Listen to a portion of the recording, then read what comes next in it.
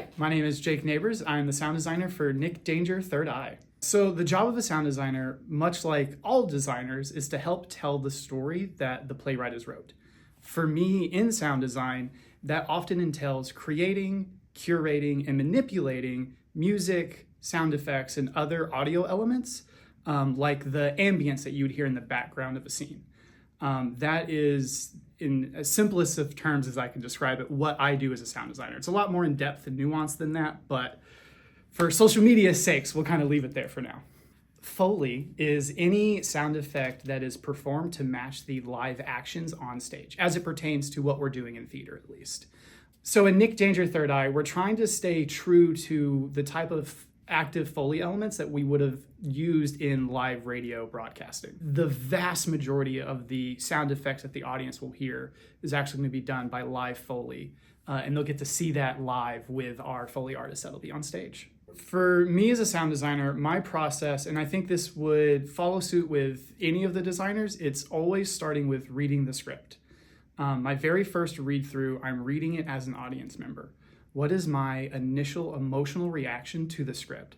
Do I hate these characters? Do I love these characters? Do their actions upset me? Do they make me happy?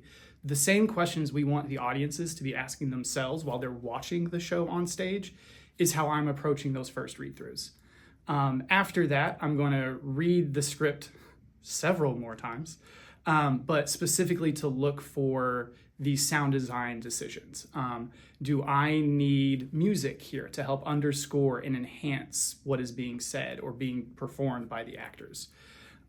So that's a big part of the early onset process. That's normally done all before I've ever stepped foot into the design meetings. So I come prepared to those meetings with ideas for sound design elements, but for me, what's most important is having my inspirational playlist put together. And so for me, what that includes is putting together a bunch of songs that ideally put the fellow designers, directors, performers, audience members, these are songs that often end up in pre-show, but it puts them in the mindset of the show. And these songs have to be very thematically appropriate. So if we're doing a comedy like Nick Danger Third Eye, that music is going to be a lot more upbeat and fun. Whereas if we're doing something that's more serious and dramatic, the music's tone is going to fit that. The other side of putting together these playlists is also, I like thinking about what music the characters themselves might have been listening to. It helps me get further insight into the characters, into their psyche, into their motivations. And I've found that that's also really helpful sometimes for the performers. I've often had performers come up to me, like every time I drive into the rehearsal room, I have your playlist playing. So by the time I get to the room, like I'm in my character's mindset better. And I've also seen some of our graduate students who will actually take that idea now. And so they're creating playlists for their own characters. And so for me, not only as a designer, but as an educator, that's a really awesome thing to be like, oh, I was able to pass this on to some people. So I personally love those playlists. For me, that's a really crucial early step in the process. And then after that, after the inspirational playlists are all done and we're moving along through the design process, it gets a little bit more nuanced as to what decisions are being made. I often look at myself as a sound designer as being the glue that kind of helps hold all the other design areas together.